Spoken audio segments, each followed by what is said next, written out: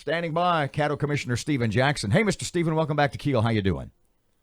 Hey, good morning. How's everybody doing? So your payday loan, your pawn shop ordinance, what was that? What was the purpose? What did you achieve yesterday?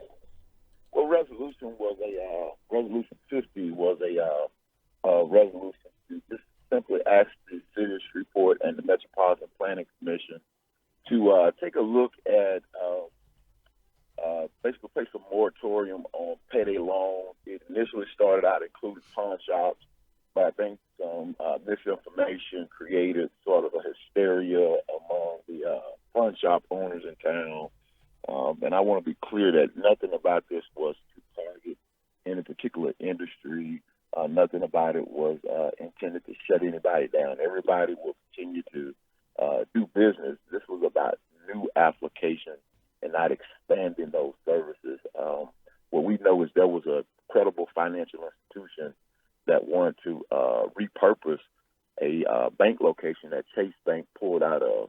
And Chase Bank, instead of entertaining and working with this coalition of individuals and organizations, and again, a private, credible financial institution, Chase said, no, we think we're going to take a look at a payday loan or a pawn shop to go at that location. So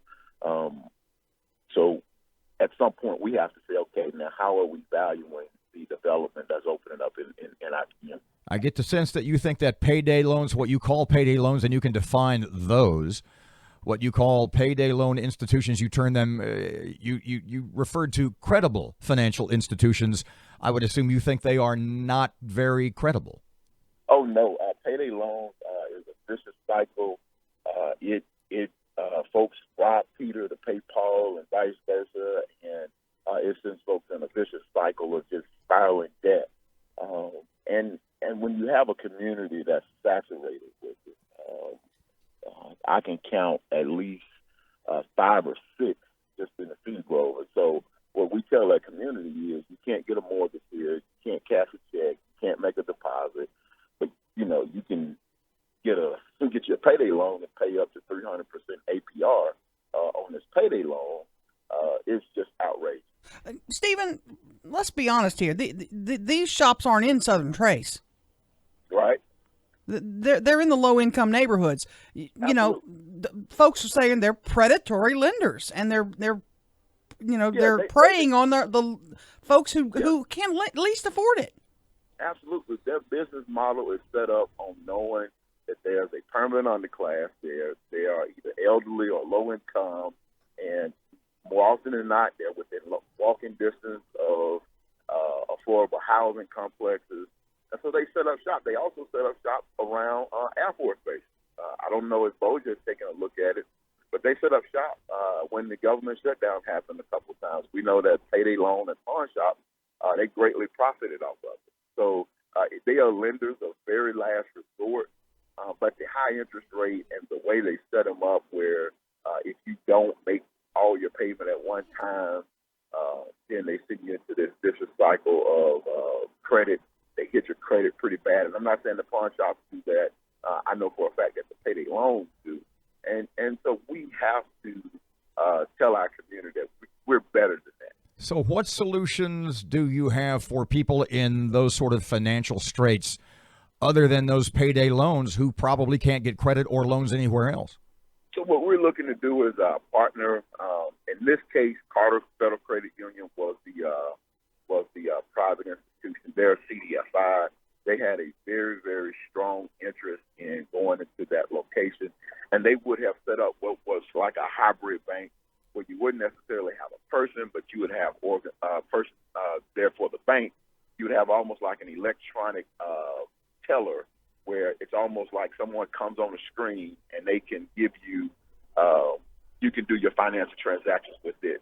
But then you would have other organizations like Bank on Shreveport. I think Cedar Grove Community Development Corporation would have been there doing financial counseling. There were so many organizations that were going to be in there to offer services, and it was going to be called a Financial Empowerment Center, similar to the one that is on Juella when Shreveport Federal Credit Union was here. Mr. So there Stephen. are other means that we can do public-private partnerships to offer those.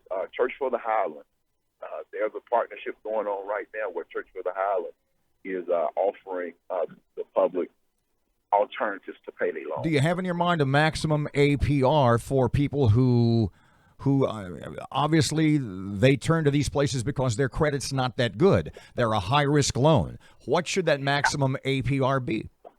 Absolutely, and I'm not an industry expert. What I do know is 300% APR is that but sometimes you do go into a high-risk pool, 15, 20%, something like that may be acceptable. Again, I think it's a case-by-case deal. Some of those things you have to look at what is actually going on.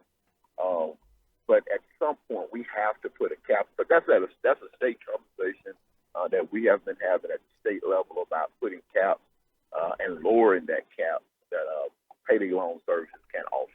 So, Stephen, kind of the elephant in the room, Caddo Commission can't govern the city of Shreveport.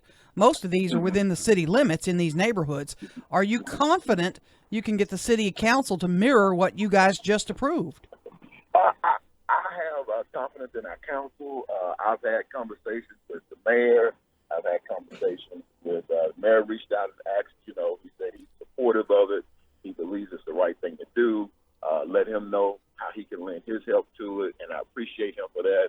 I've had conversations with several of the city council members about this, and so I think there's a broad support for combating predatory lending and getting our arms around it, and at least taking a community perspective from what alternatives can be put in place.